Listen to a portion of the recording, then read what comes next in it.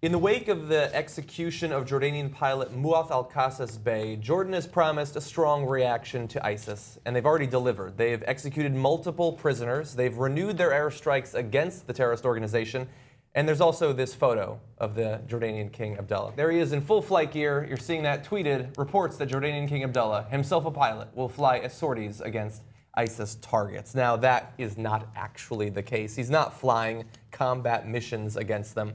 But really fast, let's go to this next tweet because that's just funny. Looking forward to Brian Williams sharing his memories of flying today's combat mission against ISIL with King Abdullah. I just thought that was funny.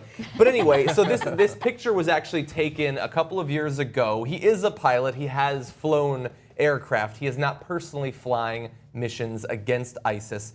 That did not stop Fox News from being forced to change their pants once they went to commercial break over it. Let's watch their reaction. It was shortly after the Jordanian pilot was set afire and killed, and the king quoted Clint Eastwood from the movie Unfriended, and he said, quote, "I'm not only going to kill him, I'm going to kill his wife and all his friends and burn his damn house down." Well, now this morning there is news that the king, who is also a trained pilot, the Jordanian media is reporting that there was a possibility the king himself could have taken part in some of these airstrikes. It's so important when you go into a campaign. We've seen it before with our president, with others, to lead people. You have to go out there, you have to be a symbol, you have to motivate, just like the small team in your local town, as well as a huge country like ours. What he is doing is showing leadership, and it's a dangerous situation. They've made it very clear, look, you come get us, we will burn you alive. That was the message from ISIS. Right. And yet he is stepping up with strong leadership and clarity. So what is our president doing? A lot of people here in the United States are asking. And so this morning now, you think about it, the king himself has turned the tables on ISIS. He's projecting this image that is out there on social media of here's a guy who's going to kick their butts. But we just know that the people of Jordan this morning, according to the reports over there, are rallying behind the king because he, unlike the American president, is taking a tough stand. Well, it's a vision of specific strength, both in word and deed. Just look at that picture.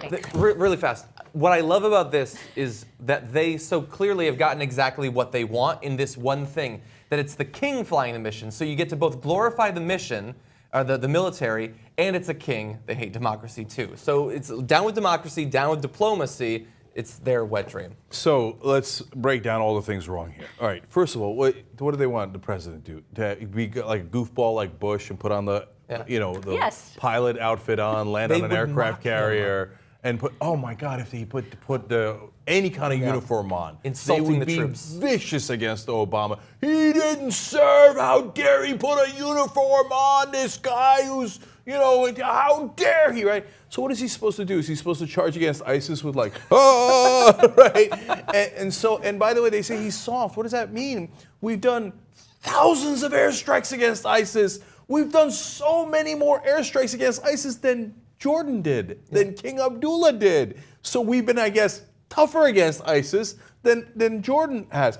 Third of all, so King Abdullah is a king, right? Meaning he is a dictator, right? Now, within the context of the Middle East, he's a relatively benign and liberal dictator.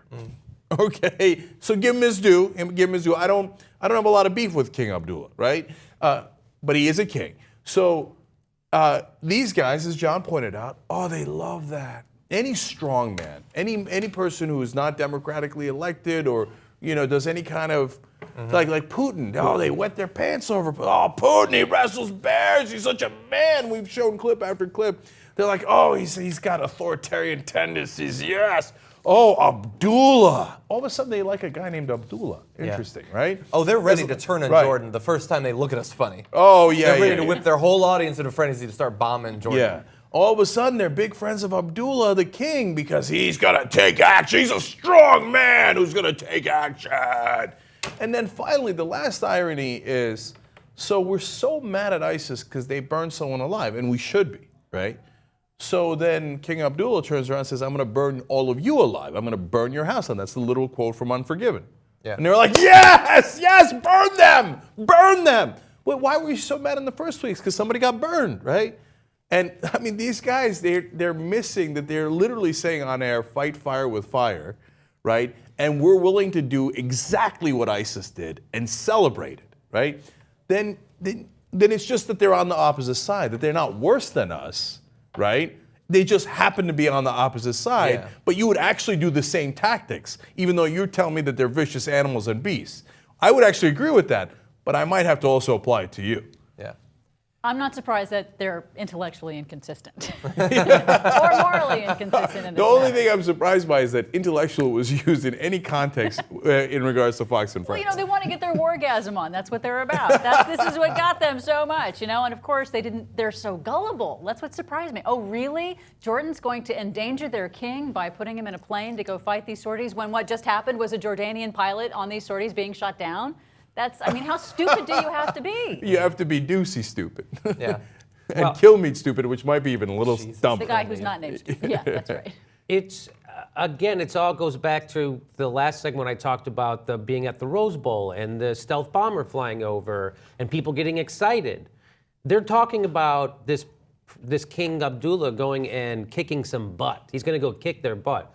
What that means is he's going to drop exploding bombs on them, burn them alive, blow their heads off, and blow them apart, their bodies apart. That's what he's going to do. It's not a fucking football game, which is how they're talking about it. He's going to go kick their butt. Look, Small town team. Yeah, this isn't football, this isn't hockey, this isn't baseball. This is killing people. We're going to kill people. And you know how they burned that Jordanian pilot alive and filmed it? Well, how do you think people die when you drop a bomb on them? Do you think that the bomb falls, it taps them on the shoulder and then hugs them to death? No, it burns people to death, it blows their head off. So again, war is horrible, and trying to pretend that their way of killing is more horrible than our way of killing is disingenuous, treating it like it's some kind of a sporting event instead of what it is, killing other human beings in a barbaric way. Instead of, this is what we're talking about. We shouldn't be excited about war and killing people the way we get excited about a sporting event, but that's exactly how they're getting excited about it. We need to keep it, they don't have a heavy heart. Hey, we have to go kill people. Oh my God, this is horrible. We have to go commit murder, mass killing in a lot of cases. That's what bombing is. You're mass killing people. So instead of having a heavy heart about it, they're treating it like it's a football game, which is what's fucked up, which is why we've been at war for almost 20 years now with no end in sight, by the way. So we're going to be at war forever. Orwell has come to live. It's come to life. It's happening in our country right now. And we got dickweeds like them cheering it on and laughing and giggling their way through war and murder.